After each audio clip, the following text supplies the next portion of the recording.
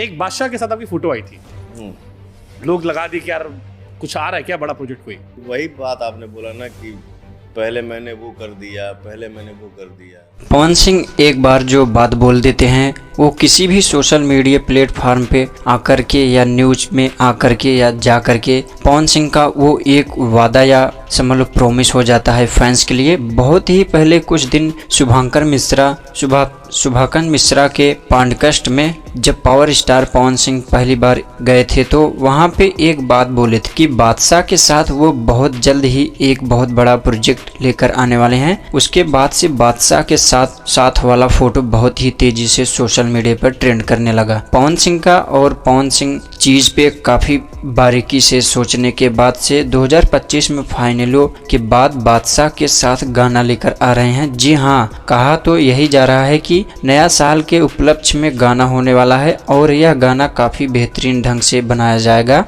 इसी के बारे में आपको बताने वाले हैं। गाना कब तक आने वाला है, किस चैनल पे आने वाला है, गाने को लिखा किसने है, किसने और इस गाने में म्यूजिक किसका है, क्योंकि ये एक बहुत ही बड़ा प्रोजेक्ट है। तो ये सब तैयारी जो रखा गया होगा म्यूजिक डायरेक्टर या फिर लेखक, राइटर और सब बड़े लेवल के होंगे। तो जी हाँ दोस्तों, भोजपुरी के बहुत से ही इसमें कम आर्टिस्ट हैं, पवन सिंह के अलावा शायद कोई ही नहीं होगा। तो चलिए बात बताते हैं कि कौन कौन इस गाने के काम में किया है। तो सबसे पहले बात करें म्यूजिक डायरेक्टर के तो बारे में, तो म्यूजिक खुद बादशाह ही दिए हैं इस गाने का और लिरिक्स भी बादशाह के राइटर ही लिखे हैं। पावर स्टार पवन सिंह गीत को गाए हैं और बादशाह रैप किए हैं और ये दोनों कॉम्बिनेशन इतना बवाल तरीके से चल रहा है कि पवन सिंह के टीम का कहना है कि भाई ये गाना आने के बाद से ही कितना जल्दी 1 मिलियन रील इस गाने पे बनेगा,